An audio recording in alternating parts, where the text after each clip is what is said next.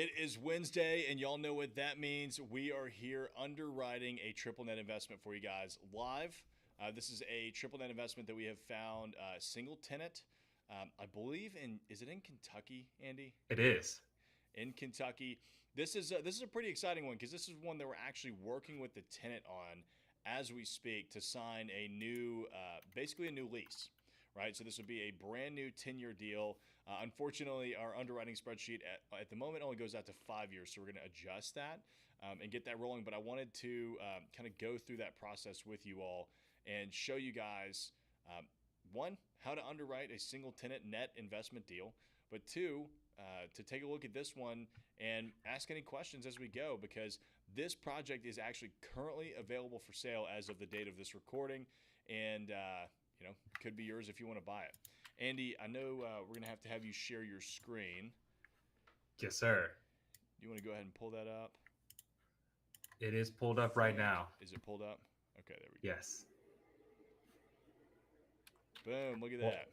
we got the inception over here. So the property that we're going to be looking at it's a Taco John's. And for those of you who are unfamiliar with Taco John's, it's essentially just a discount Mexican fast food restaurant. They're most famously to like a Taco Bell. Yeah, they're most famously, and they're like even cheaper. They're most famously known for these potato things that they put in Potato Lays, baby. in their burritos and tacos and stuff. And I mean, Taco Bell's got some competition here from Taco John's. They cut the potatoes from the menu, I'm pretty sure, during coronavirus. So if you need your Mexican potato fix, here you go. Taco John's has got you. Yeah, the great thing is, so this is a franchisee guaranteed triple net investment. We've done several deals with this group. I believe they own 5 or 6 locations at this point.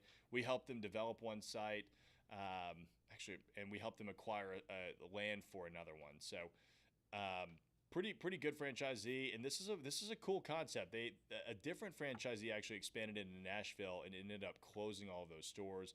This group operates mainly out of Kentucky.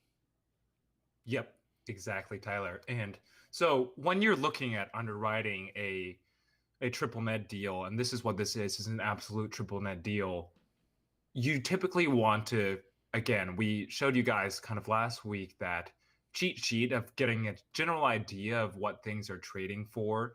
And so Taco John's is not on that cheat sheet, but I pulled up Bojangles. It's fairly similar in terms of the type of, it's not the biggest fast food chain out there. It's privately owned, not rated currently. Yeah, to put this in perspective too, so Taco John's has a little over 500 locations. So you're looking at Bojangles, which has about 750. So they're a little bit bigger, but not much. Yeah, they're pretty comparable in terms of the size of the chain. And you can see here kind of their general cap rate overview for a 5-year term at a 7.25, 10-year at a 6.2, and a 15-year at a 5.85. So this one's actually, well, we'll show you guys in a second. For a 10-year term, it's actually at a 7, which puts it, ahead of the curve, even compared to a chain that's a little bit bigger, right? That's a little bit bigger than ours. And what you usually want to do when you're looking at these kind of ownership types and seeing if it is public or not is to see the credit rating and check the rating on it, because obviously the better credit rating, the lower the cap rate is going to be, right? Because it's quote unquote a safer tenant. A good way to look at these deals if they do not have a credit rating is actually to go look at the BBB, triple B bond rating. And so generally the deals should be priced at a premium to the triple B bond rating. So obviously the triple B bond rating is a 2.41% yield right now. And as we see on this sheet, right, 5-year terms at 7.25%. So that's just kind of showing you guys there's typically a spread there. And that's, and obviously the better rating you have, the lower this yield will be, and then the lower the cap rate will tend to be. So that's just something to keep in mind when you're looking at this stuff. This is not an art. not a science exactly. You're not going to be able to exactly price it out this way, but it is something that you guys want to take into consideration when you're doing in-depth analysis on this. So here we are. We can jump to the underwriting here. So let's make this a Taco John's. And I believe the locale is, well, should we leave the city out of Just call here? it Kentucky. Yeah. We'll call it Kentucky. I'm not exactly sure the guys, square. This Yes. spreadsheet, this spreadsheet is obviously this is a proprietary spreadsheet that we created to underwrite these deals. If y'all are interested in this, we do have a link in the description below for y'all to check it out. Absolutely. So looking at this deal, we're looking at probably about 1,500 square feet, 2,000 square feet. It doesn't really matter for the purpose of this deal. So I'm just going to put in a number. The purchase price for this property is 1.5 million. That's the important thing.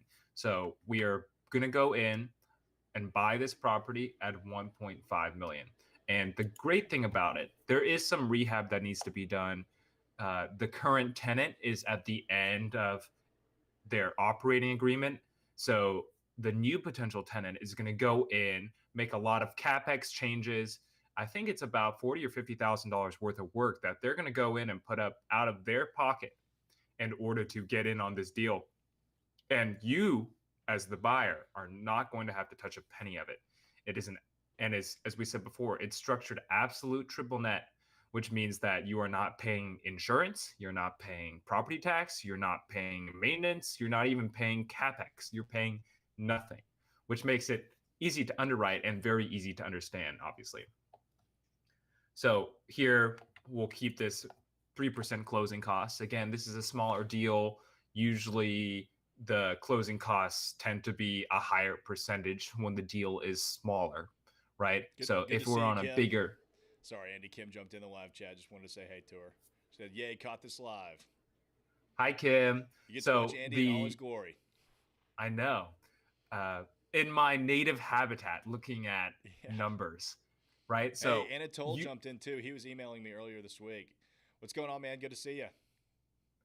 So, as again, usually on a bigger deal, your closing costs as a percentage will be lower because some of those fees like title transfer and property tax, all that, the registry with the state and all that kind of stuff is going to be more of a fixed fee. So that's why we'll keep it a little bit higher here. So for this deal, we are currently underwriting a 75% down payment, okay, at a 3.75% interest rate on a 25-year amortization term. So we think that's pretty actually conservative because for the deal like this with such a strong tenant, with such a strong history of going in and operating these locations, that's going to allow the bank, to give us a better loan term.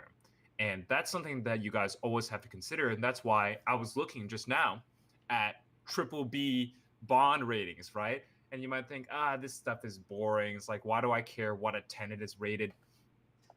But the reason is that the stronger of a position you can present the tenant as in these deals, the better loan terms you can get from the bank, because they just want to know that their loan is secure, that their loan is safe, right? That you're going to be able to make the payments. And for you to make the payments with one tenant in there, the tenant has to make the payments, essentially.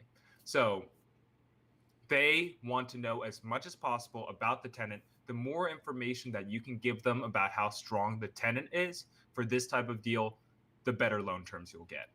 That's exactly right. And one thing I want to say too is that we will come back and we will play around with those numbers, right? So a down payment of 75%, you may be thinking to yourself, well, that's really high. Why would we have to come up with a 75% down payment?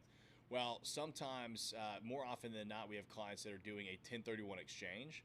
And 1031 exchanging into an investment like this is a phenomenal way to take care of that capital. So we'll show you what it looks like at lower down payments as well. Exactly. And so, as we kind of discussed before, you're going to want to look at maybe having 1 month's of debt service to service your operating capital here. So the way you would want to do this is that you don't want to, what I could do is set this equal to this divided by 12. The problem is it's going to potentially mess up the recalculations here in circular references. I don't want that to happen. So this, for something like this, I'm actually just going to hard code it and come back and change it every single time. But I will also do something like this here to flag myself and said, hey, I hard coded this text box right next to here. It's not a dynamic formula. So I'm going to need to go back and change it. And those are the types of things that sometimes, no matter what model you're working with, there will be quirks, there will be differences in the model. And once you have a model, I mean, feel free to play with it, manipulate it. I mean, these are meant to serve as a baseline guideline for how you guys can look at underwriting, right? But there might be things, there might be inputs that you want to see or return metrics that you want to see that we don't necessarily need to see. That's fine. You guys can change things around. So don't feel like either when you get a model like this that you should never touch anything. Obviously, the whole idea here of these blue input boxes is that these are the only things that you should change if you're just getting started. Don't touch anything else. Otherwise, you might get confused. But once you get a little bit more familiar with underwriting, there are some good best practices to do to remind yourself, hey, I did something here. I did this. I added a number. I hard coded this in order to make it what I wanted. That's going to be the type of stuff that you guys can work on as well. Yeah, that's a really good tip, Andy. And also, I mean, yeah, keep in mind these are living, breathing documents. I mean, we change our spreadsheets up depending on the kind of project. Andy, Anatole jumped in. Where's the guitar, Z? Where's the guitar? Do I got a guitar here? I got my, I do have a guitar, but I dropped it on the ground and it smashed open the bottom pretty bad. So I need to get that fixed, unfortunately. Oh, hey, he's also asking, quick question. Could we change the closing cost percent in that square? Currently at 3%. Yes. Yeah. That's what you change. You don't change the white box next to it. You change the blue boxes. Yeah. You can make it as high as you want. You can make the closing costs, more than your price of your property, right? You wouldn't want to, but you can absolutely change that. If you have a lawyer who's gonna do your title and stuff for like $10 and you can save a few $1,000s, you can change this percentage. And that's what I said too. You can also hard code this. All this is equal to this percentage times this. And now we set this blue box here to say, hey, this is just what you should change. We'll make it easier for you. But if you know to the penny what your costs are, it doesn't have to set equal to this. I can add $5,000, right? Plus for legal, and then $20,000 for title, plus $6,000 for whatever else. I can change that there, but then again, it's going to be hard coded. I'd highlight that, make sure I know that. So we're not going to do that right now, but you can change them. Absolutely. So for here, the gross potential rent on this property is $105,000. So for year one, and what we have underwritten is 1.5% annual increases. So typically how these terms will work, either they'll be like five-year terms where it's the same, right? The same rent, and then it will go up 10% in year 5, or there'll be some small percent increase every single year. So for this one specifically, we have a 5% increase, a 1.5% increase. So for me to do that, I'm going to set this cell G35, equal to F35, right? This is $105,000 times 1.015%, right? That increases it 1.5% per year. And then I can use this box here and pull that over. And that will automatically update these to all be pulling from the previous square. You see this green square is highlighting this square. It is this square, J35, is equal to I35 times 1.015 times 1.5% increase in rent. So that's how you would do that and underwrite that there.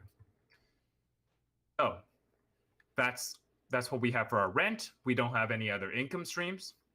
So our net income is the same as our rent, right? That's what you get for a triple net property. And Real quick, even better, just yes. to touch on what those other income streams could be. I mean, if you Mm-hmm. own a multifamily apartment complex, that could be laundry machines or vending machines. You know, if we had an extra parking lot and we were selling parking spaces, that's where that would go. It wouldn't go under the gross potential rent because that's not technically what we're collecting from the tenant. That's a miscellaneous other income or an additional income stream. Yes, absolutely. So again, we said before, this is an absolute triple net deal. So that means our expenses per square foot is zero, always everyone's favorite number when it comes to your expenses. A big fat zero always makes you feel good. So 111,000 is your NOI, right? And here we see our mortgage interest, principal reduction, and here's an asset management fee as well.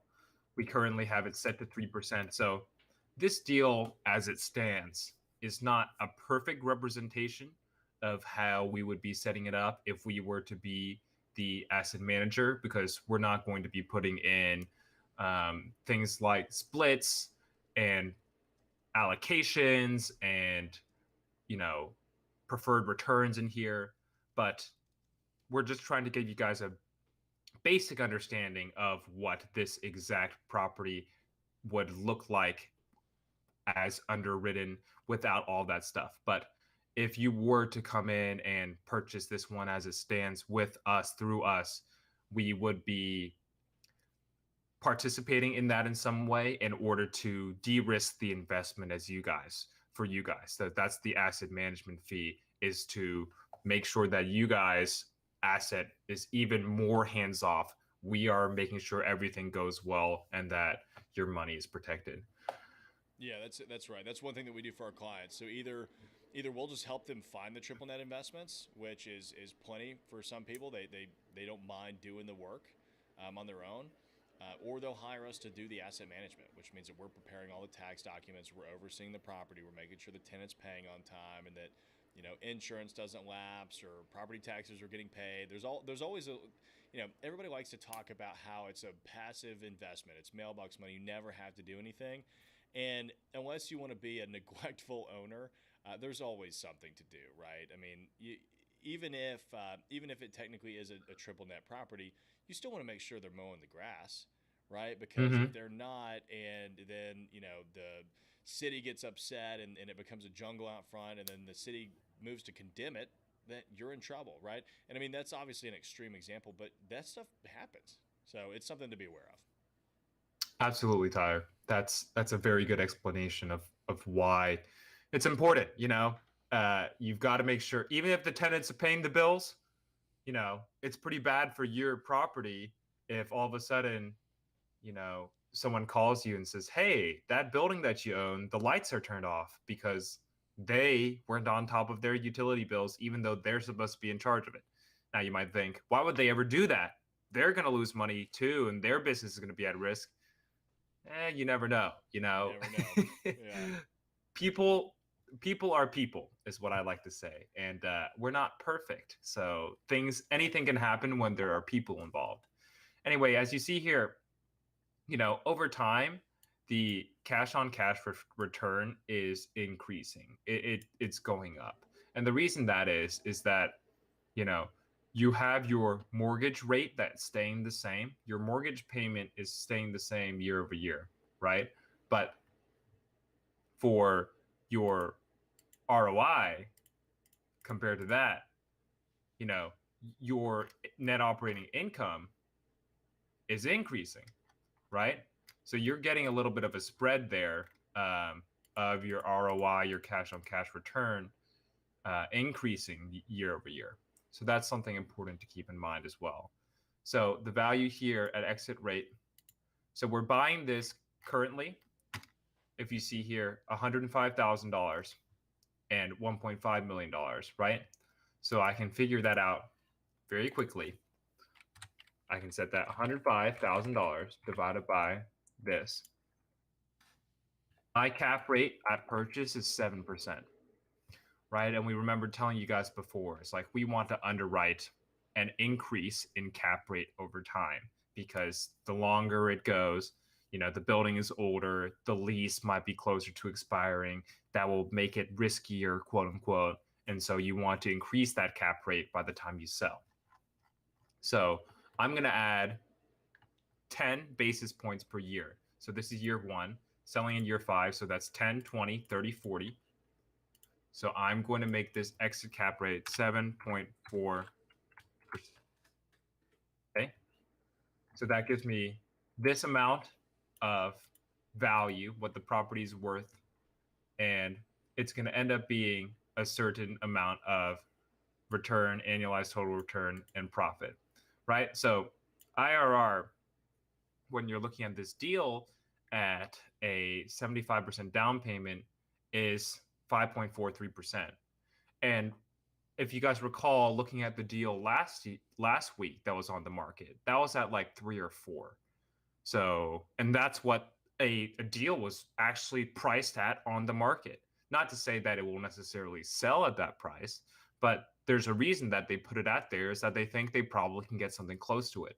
So even just an apples comparison of this deal to last deal, you have a much higher IRR here. And that's not even considering that, when we go back up here and we said, hey, let's look around at changing the down payments. Let's make that a 50% down payment, right?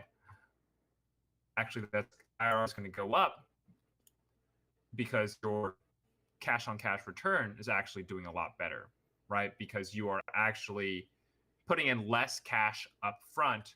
You're going to be getting a higher IRR here. We can look at that, what it would be if you're at a 25% down payment. 25% down payment, that looks pretty good for a triple net property that is, pretty much guaranteed by a very strong tenant. You don't have to do much at all. 8% return average. That's a pretty good deal. And so that's why we are excited about this one. And this one is not even built out over 10 years.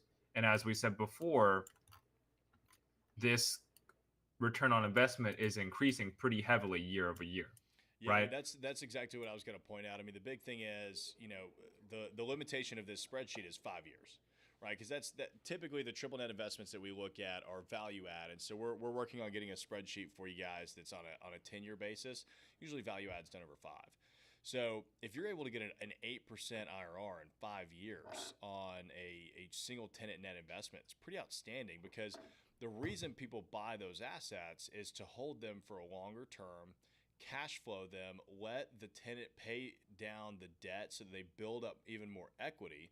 Then they'll sell that 1031 exchange into something bigger, and the cycle continues. I mean, I've seen people start off with, a $500,000 piece of property in 1031 exchange up to, $10 to $20 million, because, over a generation, right? I mean, you think about, you start doing that when you're 25, you buy your first property and you continue to 1031 exchange that. Well, by the time you're 60, you're going to have a property, as long as you do it right, that's worth millions of dollars.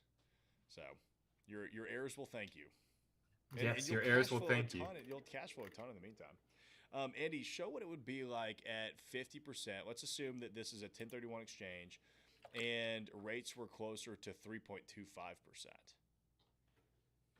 Let's see. So remember, this was about a little over a 6 IRR. So this is like closer to a 6.5. Yeah. So we've added about a half a point to your IRR just by getting better debt terms. So that shows you the importance of having good debt terms, for sure. And the importance of establishing a good relationship with your commercial banker. The earlier, if you're interested in real estate, you've got to make these guys and gals your friends. Yeah. Because, I think banking, Tyler, is kind of in a black box for a lot of people. So people think probably, okay, if I want to go get a loan, it's sent off to a machine somewhere that crunches all the numbers and it spits out this picture perfect projection of what the thing is going to be and has a 100% accurate risk model calculation, and then it says approve or disapprove. And while they're working on AI underwriting stuff, at the end of the day, the person approving your loan is going to get your loan. They're going to take it to a committee where a bunch of other bankers sit, and they're going to say, I want to give this guy a loan. And the more persuasive that person is, and if they like you a lot more and they trust you a lot more, they're going to make a better case for your loan. And that's what it takes to get approved. So I encourage everyone to start building relationships with these lenders ASAP if you are looking to get into commercial real estate. Yeah, it makes a big difference when you're able to do that. By the way, this is how we stress test our deals, right? So we go through and we start changing the boxes. We put in our base case and we go, okay, it's a 5.43% IRR over 5 years. Well, what does it look like if we bring less equity to the table? What does it look like if we get better debt terms? What does it look like if we get a higher rent rate? What does it look like if our exit cap is different? So, and you don't want to go through and change everything at once. Notice how we changed one thing, looked at the returns, then went back, changed that back, looked at the returns. It helps you keep kind of everything in a box so that you understand, okay, well, what lever was really pulled that really changed those returns? Andy, let's look at the exit cap rate. Let's say that it only decreases or only increases 5 points a year. Yeah, let's make that 7.2. That should be a big deal. Look at that. Yeah. Up to 7.45%. And let's put that back to the 3.75 and then 25% down payments to be apples to apples here. Yeah. That 8% something IRR is now at 9, almost 10. Pretty good. Yeah. So that's the type of things, like little things like that here and there. 0.1%, 0.2% loan interest rate, down payment, cap rate at exit. You might think it doesn't matter that much, but these things, especially added together, compound a lot, and they can make a huge difference. And this is why, too, it's important to be very, very careful with the models that you're working on, because you have one little thing that you forget. Whoopsie, I said my exit rate I said 72 instead of 7.2. I mean, all of a sudden, something's very, very wrong. Right? You break the model. So it's little things like that you have to be really cognizant of when you're working on models like this. You have to be detail oriented, but you also don't want to miss the forest from the trees, right? You can get in, you can try to predict everything to the utmost granular degree. At the end of the day, we don't really know what's going to happen 5 years from now, 10 years from now, right? We're just saying these are 10-year investment horizon. I don't know what's going to happen 10 years from now. Tyler doesn't know what's going to happen 10 years from now, and neither do you. And if you did, please call us, right? We want to talk to you. We would love to know. But all we can do is make our best guesses.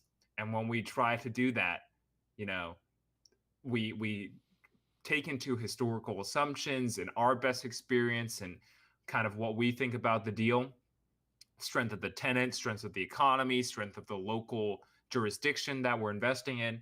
These are all things to take into consideration, but you're never going to be able to make a model to perfectly predict the future. You just have to do the best you can, right? And that's why I said, be detail oriented to try to catch as many things as you can, but you can refine and refine and refine until the end of time, and then you'll never end up making any deals. And at some point, there's a tipping point where you have to say, hey, I'm confident enough in my numbers. I'm ready to go forward. Maybe something will be different slightly. But I mean, oh no, it's like instead of my IRR being 9.57, it's 9.33. It's stuff like that doesn't really matter at the end of the day, right? 5 years into the future. And sometimes you just have to go out there and pull the trigger. Otherwise, you'll never make anything happen. Yeah. I mean, there's some things that you just can't control. Another thing that I do want to point out on this deal is that this spreadsheet doesn't include depreciation and tax write-offs. Exactly. So we're working on that as well, bringing because of course you would do a cost segregation study on this investment. It wouldn't make sense not to, right? If you're planning on holding it for 5 or 10 years, absolutely you would do that. And so Mm-hmm. that will help you get accelerated write-offs, which means you'll be sheltering even more money. And Andy, how much do we think that'll typically add to an investment? Is it like 0.5 point to 1.5 points? Yeah, somewhere in the 1 to 1.5 points of percentage return over year. Obviously, very, very heavily dependent on the types of depreciation that you can take, how long you're holding the property, right? You want to make sure you're capturing that entire accelerated depreciation schedule. But, you know, it is a significant percentage point. And again, I know you might think, 1% additional return from figuring out my depreciation. Does that really matter? It's a big deal. It really Yeah, is a big deal. It doesn't sound like much. 1% doesn't sound like much, but it remember, compounds. I'm changing 0.1% here. I'm changing, 0.2% here. Those things make a huge contribution to the rest of a model like this. And so because of that compounding effect, you wanna get as accurate a picture and take advantage, especially of any tax benefits that you can get. That's right. If there's any other variations of this that y'all would like to see, if you're watching live, let us know. We'll go ahead and do it while we're here. Andy, what would it look like if we took off the asset management fee? Let's say that somebody decided to just buy this on their own and they weren't going to Right. be charging that. I mean, at this rate, right, at 25%, and forgive me, this is something I should have done before. Remember, I highlighted this, and this is a good learning lesson for you guys right here. It's like when you don't have an automatic formula, that's something to go back and check all the time. When I want to look at this debt service, I actually probably should type this in. Now it's going to just whatever. It's going to go from $2,000 to $5,000, but you want to be a little as accurate as possible, right? Um, because I did hard code that. That's just something to keep in mind. Sometimes you hard code those things. You say, I'm going to remember. That's why I highlighted in big yellow so I can remember. But even someone like me who's doing it a lot all the time, you can forget those things sometimes. So there's pros and cons of why you should only be hard coding stuff like that when you're more experienced. Anyway, the point being said is that we changed that to take out the asset management fee. I mean, obviously, we went from 9.5 right to 10%. If you're buying it by yourself with a 25% down payment, 75% loan to value at that interest rate. That's a pretty slam dunk deal for a triple net property. Yeah, for a property that requires almost, I mean, this we'll sell this one, I will think, in the next 30 days. I mean, that IRR is incredible. When you invest in a value add multifamily project that takes 5 to 7 years and there's a little bit of risk involved because you've got to get in there and you've got to do renovations and raise rents, go through all that, you'll right now you're lucky to get somewhere between a 10 and a 15% IRR. So to be able to come in and do nothing, that's a pretty good return. I mean, we haven't seen one of those in a little while. Yeah, so we're very excited about this property, and that's what we're looking actually to target on our 10-year hold. But that's with us coming in and managing the property for you guys. And if you wanted to come in, obviously, and take it down yourself, kind of like this way, you might have even better returns. But that's kind of what we are pitching here, kind of as a service to our investors, that we'll be taking care of this property for you, right? Making sure that the work that needs to be done does get done, and over that 10-year term, so that your mailbox money becomes even less stress free than than if you were to do it on your own. Because if we were to do that, I mean, Tyler, and correct me if I'm wrong, but more than likely we'd be the ones on the loan, and then you wouldn't even have any liability there. Is that right? Yeah, yeah. There's certainly the possibility there. Depends on how everything's structured, but why not? Mm-hmm. So, Andy, is there anything else that you wanted to cover on underwriting this project? No, guys, it's pretty simple. As I said before, that's why I think it's so cool to start off with triple net deals as your first deals that you're underwriting. There's not a lot of buttons to push, not a lot of levers. I don't have to go in here and figure out all my expenses and figure out maybe what my other income is. I don't even have to put in vacancy because Yeah. there's the tenant is there, right? So because of all those different things, makes these deals a great place for you to start your underwriting experience, right? Go online and you can go to LoopNet. You can find triple net deals that are currently on the market and just practice looking through those deals. And that's why we were so excited to bring you guys this one, because we were like, wow, we have not seen one with such a good return hit our plates for a while. Yep. Real quick, Andy, it looks like we do have a couple of questions. So Ice is asking, why triple net over multi?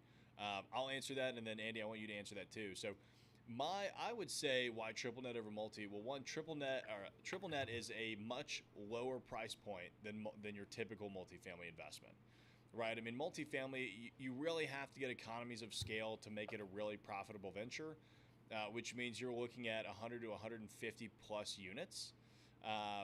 So, because that's when you can start justifying on-site property management, which means it gets cheaper. There's a number of reasons for it. Triple net, as you just saw, is far simpler. I mean, we're underwriting a single tenant with a single building. We don't have to figure out what the operating expenses are. We don't have to anticipate what those could change to over the years. I don't have to take into account vacancy, fluctuations year to year, tax increases. It doesn't matter because all of that gets passed on to the tenant that's already in there, and I can underwrite the credit of one tenant and let them kind of handle everything. If you own a multifamily apartment complex, you still have to manage the manager, right? Whether you're hiring an asset manager to manage the property manager, or you're the asset manager managing the property manager, or you've bought yourself a job and you're all the above. It's far simpler and way easier to underwrite. It's much less cash out of pocket. But Andy, what are your thoughts on triple net versus multifamily? No, I'm in total agreement there, Tyler. And unless, of course, you're looking at a quadplex kind of thing, you know, I mean, you can buy this deal here, buying this at $1.5 million, is not too far away what a higher end quadplex would be trading for in Nashville.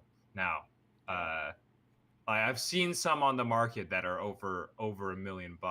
So, but that's 4 doors, right? And then on a deal like that for multifamily, you will almost certainly have to be managing it yourself, because the property management fees when they are that small, when it's that few units, are really high percentage. So you're going to be bleeding a lot of money. It makes no sense. So, I mean, let's look at it this way. So, $1.5 million, let's say the average price per door in Nashville is $150,000 a door. It's probably not far off. So, you're getting 10 multifamily units, right? Okay, so if you have 10 multifamily units in the same project, you've got a net, what is it, $105,000 a year? What are you trying?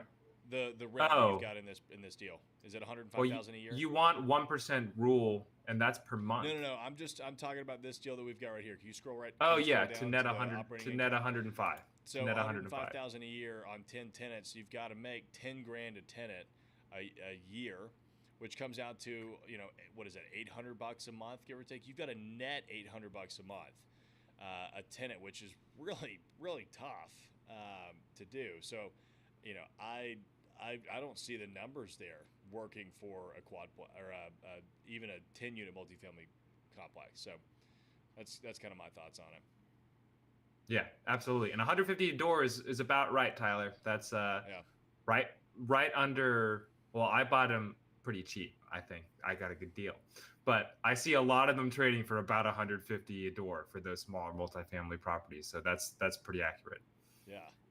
Yeah, well, that's good. I kind of just spitballed based on what I know some stuff has been trading at here recently, so that makes sense. Andy's much more knowledgeable on multifamily than I am. Anatole jumped it back in with just curious, what kind of buyer, according to you, would go for a triple net lease and get 100% financing? What would that buyer's end goal be? Anatole, I don't know that it would be possible to get 100% financing on a triple net investment unless you were taking out a line of credit against another property that you owned. In which case you're basically pulling out equity anyway. Most banks do not want to lend 100% on a project because Mm-hmm. they have so much risk. So look at it this way: lenders, their spread on the downside is whatever your down payment is. So if you put up 25%, they can sell it at 85% of value and still make their spread, right? Which means they could get rid of it, get it off their books very quickly, and still make a profit. If they're in the project for 100%, and you disappear, then they're going to lose money. Like, it's almost guaranteed they're going to lose money. So I've never seen anybody able to pull off a 100% finance triple net deal unless they're using a line of credit to acquire the site, which I have seen before.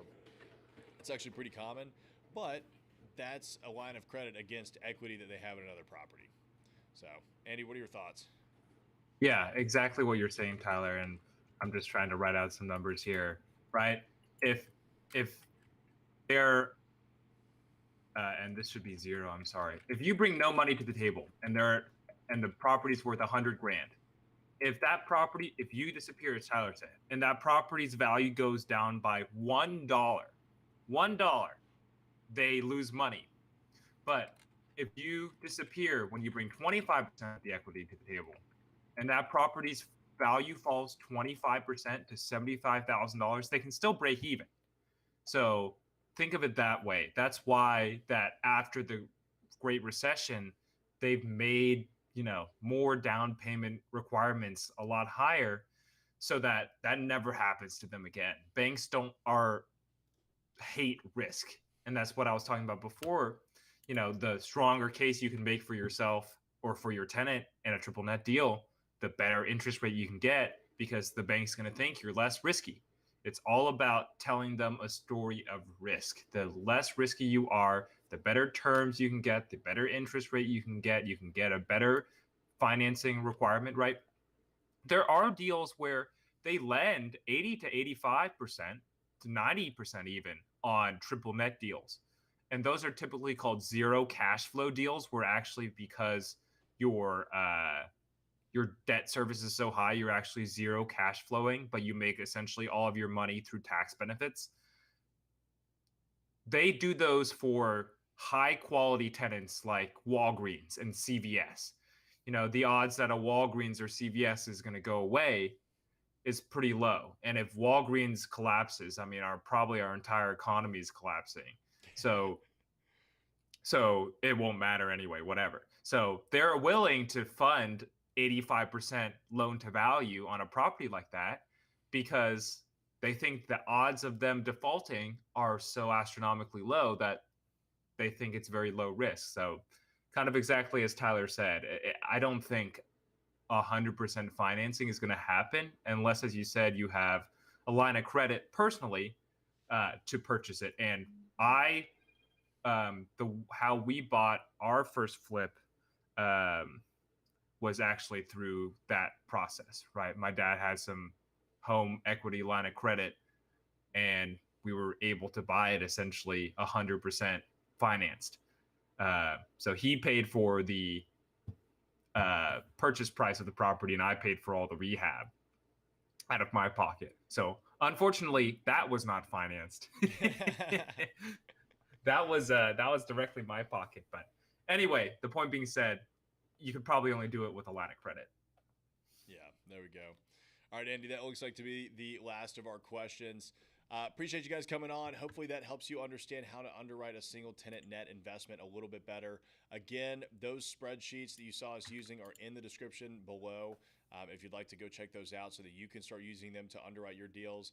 This project is currently available for sale, or actually, it's not currently, it will be coming available soon.